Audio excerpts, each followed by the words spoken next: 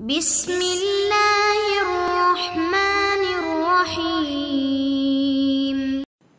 نحمده ونصلی ونسلم علی رسولہ الکریم اما بعد۔ معزز طلبہ، سبق نمبر 220 اور باب الشہادت علی الزنا والرجوع عنہا، یہ باب ہم نے پچھلے سبق سے شروع کر دیا تھا کہ زنا کی گواہی اور اس سے پھر رجوع، اس سے متعلق یہ باب ہے۔ زنا کی گواہی سے متعلق تفصیلی گفتگو پہلے ہو چکی تھی، لیکن اس باب میں یہ ذکر کرنا مقصود ہے کہ زنا کی گواہی سے کون کون سی چیزیں مانع ہوتی ہیں اس کے قبول کرنے سے۔ تو اس میں پہلے ہم نے یہ ذکر کیا، سب سے پہلا معنی کہ زنا کی گواہی قبول کرنے سے پہلا معنی یہ ہے کہ اگر اس گواہی کو تاخیر سے کر دیا، مطلب بہت پہلے یہ فعل سرزد ہوا تھا لیکن گواہ ابھی گواہی دے رہے ہیں، تو ان کا یہ تاخیر کرنا اگر کسی شرعی عذر یا شدید عذر کی وجہ سے نہیں ہے تو پھر یہ گواہی قبول نہیں کی جاتی۔ اس حوالے سے تفصیلی گفتگو تھی، تو اس کا کچھ تتمہ وہ اس سبق میں بھی آخر میں آ رہا ہے، اور ساتھ ہی پھر اس سبق میں ہم انشاءاللہ اگلے 3 موانع جو مزید ہوں گے ان کا ہم ذکر کریں گے۔ ان میں سب سے پہلا ہوگا غیبوبۃ المدعی علیہ، مدعی علیہ اگر غائب ہو جائے تو اس کے اوپر اگر مدعی گواہ لے کر آتا ہے تو یہ گواہی قبول نہیں کی جاتی۔ کن حدود میں کی جاتی ہے، کن میں نہیں کی جاتی، اس کو ہم دیکھ رہے ہیں۔ اور اسی طریقے سے عدم معرفت الشہود المزنیہ، کہ گواہوں کا زانیہ عورت کو نہ پہچاننا۔ تو یہ اگر گواہی دیتے ہیں کہ بھئی ہم پہچانتے نہیں ہیں کہ کس عورت کے یہ عورت اس کی کیا لگتی تھی، لیکن یہ شخص اس کے ساتھ وطی کر رہا تھا، تو اس صورت میں بھی ان گواہوں کی گواہی قبول نہیں کی جائے گی۔ اور چوتھا معنی آج جس کو ہم شروع کریں گے اور اس کا کچھ حصہ اگلے سبق میں آئے گا، وہ ہوگا الاختلاف فی الشہادہ، گواہی میں اختلاف ہو گیا ہے گواہوں کا، تو وہ اختلاف پھر 2-3 طرح کا ہوگا، کیفیت میں اختلاف ہوا، یا مکان میں اختلاف ہوا، یا زمان میں اختلاف ہوا، تو وہ انشاءاللہ کچھ حصہ اس سبق میں ہوگا، کچھ اگلے سبق میں ہوگا۔ ثم التقادم كما يمنع قبول الشهادة في الابتداء يمنع الإقامة بعد القضاء عندنا خلافا لزفر رحمه الله، حتى لو هرب بعدما ضرب بعض الحد ثم أخذ بعدما تقادم الزمان لا يقام عليه الحد لأن الإمضاء من القضاء في باب الحدود۔ اس عبارت کے اندر یہ بیان کرنا مقصود ہے صاحب ہدایہ رحمہ اللہ کا کہ یہ جو گواہی کو تاخیر سے دینا ہے، تقادم یعنی بہت پرانا فعل سرزد ہوا اور اس کی گواہی دی جا رہی ہے، تو فرماتا ہے جس طریقے سے یہ گواہی یعنی یہ تقادم، یہ پرانا ہونا فعل کا، یہ گواہی کے قبول کرنے کو جس طرح منع کرتا ہے ابتدا میں، اسی طریقے سے فیصلہ ہو جانے کے بعد حد کو قائم کرنے کے لیے بھی یہ تقادم جو ہے وہ منع کرتا ہے احناف کے نزدیک، سوائے امام ظفر رحمہ اللہ کے۔ یعنی فیصلہ ہو گیا ہے اور فیصلہ ہو جانے کے بعد کہ بھئی اس شخص پہ حد لگے گی، اس کے بعد وہ شخص کہیں غائب ہو گیا یا کسی وجہ سے اس کے اوپر حد لگانے میں تاخیر ہو گئی ہے، تو یہ تاخیر بھی منع کرتی ہے، یہ تقادم، یہ تاخیر ہونا، یہ بھی اس کے حد کے ساقط ہونے کو ثابت کرتی ہے، اور یہ حد ساقط ہو جائے گی، اب یہ حد لازم نہیں ہوگی۔ اور اس میں امام ظفر رحمہ اللہ اختلاف فرماتے ہیں، وہ فرماتے ہیں کہ لہذا اگر ہم تفریح اس کے اوپر کریں تو وہ یہ بنے گی کہ لو حرب بعد ما ضرب بعض الحد، کہ اگر وہ زانی بعض حد اس پہ ابھی جاری ہوئی تھی کہ وہ بھاگ گیا ہے، ثم اخذ بعد ما تقادم الزمان، پھر وہ پکڑا گیا لیکن کافی وقت گزر چکا تھا، چند مہینے اس میں گزر چکے تھے، پھر پکڑا گیا تو اس کے اوپر حد نہیں لگے گی۔ یہ احناف کا جو مسلک ہے خلاف ظفر سے پہلے والا، اس کے اوپر تفریح ہے۔ تو جس طریقے سے شروع میں گواہی قبول کرنے سے معنی ہوتا ہے یہ تاخیر، تو اسی طریقے سے یہ تاخیر فیصلہ ہو جانے کے بعد حد کو قائم کرنے سے بھی معنی ہو جائے گا۔ دلیل دیتے ہیں کہ لأن الامضاء من القضاء فی باب الحدود، کہ امضاء یعنی حد کو جاری کر دینا، حد کو وصول کر دینا یعنی حد کو جاری کر دینا، کر گزرنا، یہ فیصلے کے جنس سے ہے، یہ فیصلے کی قبیل سے ہے حدود کے باب میں۔ یعنی اگر حقوق العباد کو دیکھا جائے تو اگر کسی کے اوپر اگر یہ کہا کہ بھئی بس یہ شخص ہے، اس نے فلاں کو قتل کیا تو بس بدلے میں اس کو قتل کیا جائے، تو یہ قصاص ہے، حقوق العباد ہے، تو اس کے اندر تو چلو بس فیصلہ قاضی کا ہو گیا۔ اب اس کے بعد جس کا حق ہے، جس یعنی مقتول کے وارث نے اس سے یہ حق لینا ہے، تو پھر اس کی ذمہ داری ہے کہ وہ اس میں جو وہ اس کی چھان بین کرے اور اس قصاص کو جاری کروائے۔ لیکن جہاں تک اللہ تعالیٰ کے حقوق یعنی حدود اللہ، حقوق اللہ کا تعلق ہے، تو اس کے اندر ظاہر ہے کہ اللہ تعالیٰ ہی اس کے یعنی دوسری طرف مد مقابل ہیں کہ وہ اس شخص کو یہ سزا دلوانا چاہتے ہیں، لیکن اپنے نائب یعنی امام اور حاکم کے ذریعے سے، قاضی کے ذریعے سے۔ تو اب یہاں پہ ایسا نہیں ہوگا کہ بس قاضی فیصلہ سنا دے اور اس کے بعد چلو جی بس فیصلہ ہو گیا ہے، اب آگے اس کے اوپر ہاتھ لگے یا نہ لگے، نہیں، بلکہ جب تک قاضی نے فیصلہ کرنے کے بعد اس کے اوپر ہاتھ کو جاری نہیں کیا، اس وقت تک ہم یہی سمجھیں گے کہ یہ فیصلہ ہی نہیں ہوا۔ تو یہیں تک ابھی تک گویا کہ فیصلہ ہی لٹکا ہوا ہے۔ لہذا جو چیز فیصلہ کرنے سے قضا سے مانے تھی شروع میں، وہ کیا تھی کہ تاخیر سے گواہی دینا، یہ فیصلہ کرنے سے مانے تھی، تو اسی طریقے سے فیصلہ ہو جانے کے بعد امضا یعنی حد کو جاری کرنے سے بھی وہی چیز مانے ہوگی۔ لہذا وہی تاخیر جو فیصلہ کرنے سے مانے تھی، وہی تاخیر پھر بعد میں ہاتھ کے جاری کرنے سے بھی مانے ہو جائے گی، کیونکہ قضا اور یعنی فیصلہ کرنا اور فیصلے کا یعنی قولی طور پر فیصلہ سنانا اور عملی اس کا نفاذ، یہ دونوں حدود اللہ کے اندر ایک ہی چیز ہے۔ واختلفوا فی حد التقادم وأشار في الجامع الصغير إلى 6 أشهر فإنه قال بعد حين، وهكذا أشار الطحاوي، وأبو حنيفة رحمه الله لم يقدر في ذلك وفوضه إلى رأي القاضي في كل عصر، وعن محمد رحمه الله أنه قدره بشهر لأن ما دونه عاجل، وهو رواية عن أبي حنيفة رحمه الله وأبي يوسف رحمهم الله وهو الأصح، وهذا إذا لم يكن بين القاضي وبينهم مسيرة شهر، أما إذا كان تقبل شهادتهم لأن المانع بعدهم عن الإمام فلا يتحقق التهمة، والتقادم في حد الشرب ذلك عند محمد رحمه الله، وعندهما يقدر بزوال الرائحة على ما يأتي في بابه إن شاء الله تعالى۔ اس عبارت کا حاصل یہ ہے کہ اب یہ جو تقادم ہے یعنی تاخیر سے گواہی دینا یا تاخیر سے ہاتھ جاری کرنا فیصلہ ہو جانے کے بعد، اس کی حد کیا ہے، کتنی تاخیر بیچ میں ہو تو ہم یہ کہیں گے کہ اب گواہی قبول نہیں ہوگی یا اب حد ساقط ہو جائے گی۔ تو اس حوالے سے فرماتے ہیں کہ جامع صغیر کے اندر اشارہ کیا ہے 6 مہینوں کی طرف، اس لیے کہ اس میں متن کے اندر ہم نے سمجھا تھا نا کہ انہوں نے فرمایا بعد حین، متن میں ذکر ہے بعد حین کا، تو حین کا ہم نے پہلے تحقیق ہم نے کی ہے، وہ 6 مہینے ہم نے اس کو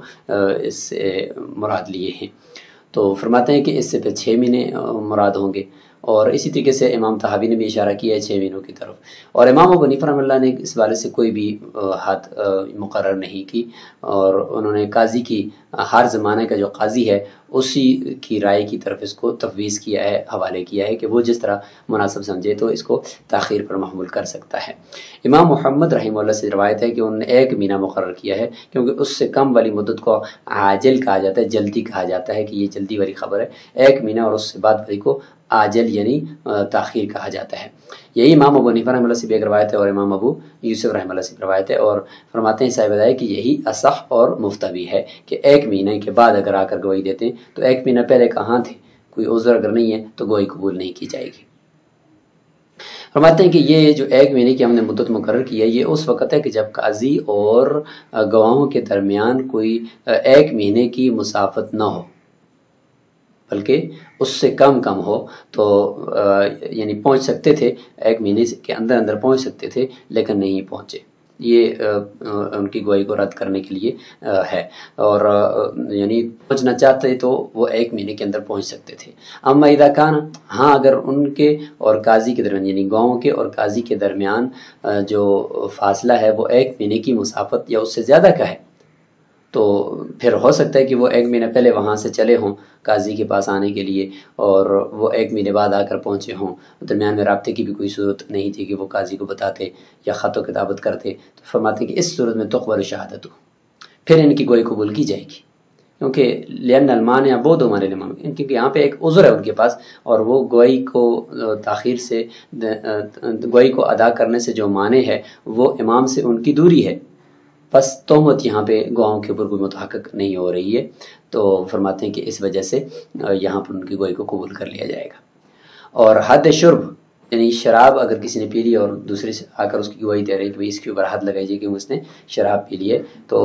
یہ جو حد شرب ہے اس کے اندر تاخیر وہ کتنی ہوگی؟ فرماتے ہیں وہ بھی امام محمد رحمہ اللہ کے نزدیک اتنی ہے، یعنی 1 مہینہ۔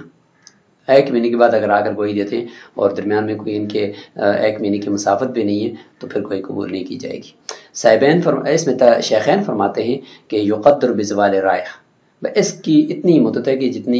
اس کے منہ سے جو خوشبو یعنی وہ جو بو آ رہی ہے شراب کی وہ ظاہر ہو جائے۔ علامہ یاتی فی بابی انشاءاللہ تعالی اس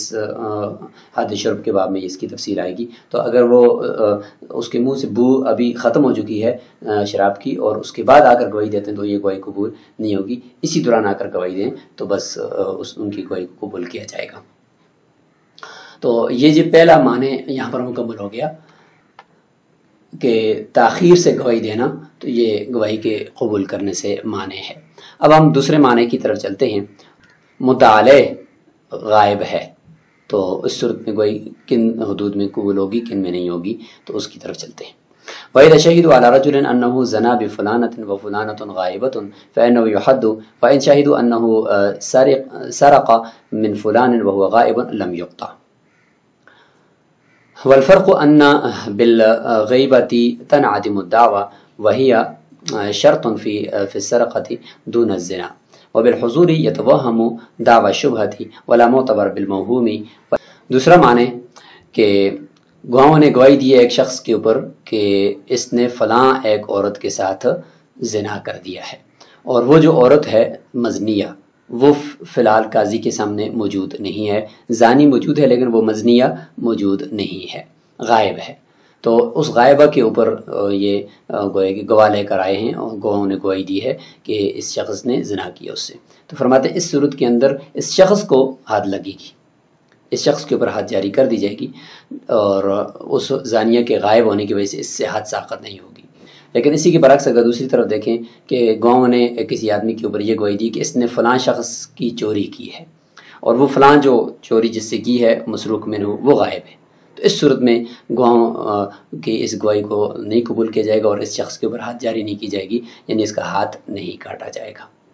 اب یہاں پر دیکھیں ایک حدود ہے یعنی زنا کی، تو اس میں مدعا علیہ یعنی جو زانیہ ہے عورت، اس کے غائب ہونے کے باوجود اس کے غائب ہونے کا کوئی اثر نہیں ہے، اور جو زانی ہے جس کے اوپر گواہی دی گئی ہے اس کو حد لگتی ہے۔ اور چوری کا جو حد سرقہ ہے اس میں اگر جو مسروق منہ یعنی مدعا علیہ غائب ہے تو اس صورت میں پھر حد جاری نہیں ہوتی۔ تو یہ دوسری صورت یہاں پہ ہماری مراد ہے، یعنی یہ حد سرقہ والی، کہ یہاں پہ دیکھیں مدعا علیہ کے غائب ہونے کی وجہ سے بھی گواہی کو رد کر دیا گیا اور حد جاری نہیں کی گئی۔ اب ان دونوں میں فرق بتا رہے ہیں کہ زنا کی گواہی قبول کی گئی غائب ہونے کی حالت کے اندر اور حد سرقہ میں گواہی قبول نہیں کی گئی، کیا وجہ ہے؟ فرماتے ہیں دونوں مسئلوں میں فرق یہ ہے کہ ان بالغیبۃ تنعدم الدعویٰ، کہ یہ جو دوسرا جو مطالعہ ہے اس کے غائب ہونے کی وجہ سے دعویٰ منہدم ہو گیا، اور فرماتے ہیں کہ یہ جو دعویٰ منہدم ہوا کیونکہ مدعا سامنے موجود نہیں ہے، تو فرماتے ہیں وہی شرط فی السرقۃ دون الزنا، یہ جو دعویٰ ہے یہ شرط ہے حد سرقہ میں کہ مسروق منہ آ کر اپنا وہ دعویٰ پیش کرے، حد کو ثابت کرنے کے لیے نہیں، یہ تو ہم نے پہلے پڑھ لیا، بلکہ اس کا جو دعویٰ ہوتا ہے وہ مال کے لیے ہوتا ہے کہ میرا مال اس نے چوری کیا، وہ مال مجھے واپس کیا جائے، تو اس میں پھر دعویٰ شرط ہوتا ہے مال کے لیے، تو اس کے اندر دعویٰ شرط ہے اور زنا کے اندر دعویٰ شرط نہیں ہے کیونکہ اس میں کوئی مال وغیرہ تو ہے نہیں ہے۔ تو اس لیے جب سرقہ میں دعویٰ شرط ہے تو جب دعویٰ نہیں ہوگا وہ مسروق میں غائب ہوگا تو حد نہیں لگے گی، گواہوں کی گواہی رد کر دی جائے گی، اور اگر زنا کے اندر چونکہ دعویٰ شرط نہیں ہے مدعا علیہ کی طرف سے تو لہٰذا اس کے اندر جو گواہ ہے ان کی گواہی کو قبول کر لیا جائے گا اور جو موجود ہے اس کو حد لگائی جائے گی۔ وبالحضور یتوہم دعوی الشبہۃ، اور زانیہ عورت کے حاضر ہونے کی صورت میں شبے کے دعوے کا وہم کیا جا سکتا ہے، یعنی اس چیز کا احتمال ہے کہ اگر وہ عورت موجود ہوتی تو وہ یہ دعویٰ کرتی کہ اس شخص نے میرے ساتھ نکاح کیا ہے نہ کہ زنا کیا ہے، تو نکاح کی صورت میں اس نے میرے ساتھ ہم بستری کی ہے. تو یہ ایک اس کے دعوے کا صرف احتمال ہے، اور ہو سکتا ہے کہ وہ دعویٰ نہ بھی کرے. تو اب یہ ایک شبہ ہے، اور اگر وہ دعویٰ کرے بھی تو اس کے سچا یا جھوٹا ہونے کا بھی پھر ایک احتمال ہے. تو یہ شبہ تو شبہ ہو گیا. تو اگر ان چیزوں کا ہم احتمال کا بھی اعتبار کریں گے تو پھر تو جو حدود ہیں ان کو نافذ کرنا ہی مشکل ہو جائے گا. تو لہٰذا اس طرح کے موہوم چیزوں کا اعتبار نہیں کیا جائے گا، بلکہ جو سامنے موجود ہیں اس کے اوپر حد کو نافذ کر دیا جائے گا. ولا معتبر بالموہوم، یہ جو وہمی ایک چیز ہے جس کا ہمیں وہم ہوا کہ عورت ہوتی تو پھر وہ دعویٰ کرتی تو پھر اس کا سچا یا جھوٹا ہونا بھی ایک احتمالی چیز تھی، تو اس کا اعتبار نہیں ہوگا. تو یہ ہو گیا جی دوسرا معنی، یعنی زنا کی گواہی کو قبول کرنے سے معنی ہے جی یہ دوسرا. اور اب ہے تیسرے کی طرف ہم چلتے ہیں. وہ یہ ہے کہ جس عورت کے ساتھ زنا کرنے کے اوپر گواہی دے رہے ہیں تو اس عورت کو گواہ پہچانتے ہی نہیں ہیں. وَإِن شَهِدُوا أَنَّهُ زَنَا بِامْرَأَةٍ لَا يَعْرِفُونَهَا لَمْ يُحَدَّ لِاحْتِمَالِ أَنَّهَا امْرَأَتُهُ أَوْ أَمَتُهُ بَلْ هُوَ الظَّاهِرُ وَإِنْ أَقَرَّ بِذَلِكَ حُدَّ لِأَنَّهُ لَا يَخْفَى عَلَيْهِ أَمَتُهُ أَوْ امْرَأَتُهُ. کہ گواہوں نے گواہی دی ہے کہ اس شخص نے ایک ایسی عورت کے ساتھ بدکاری کی ہے کہ جس کو وہ نہیں پہچانتے.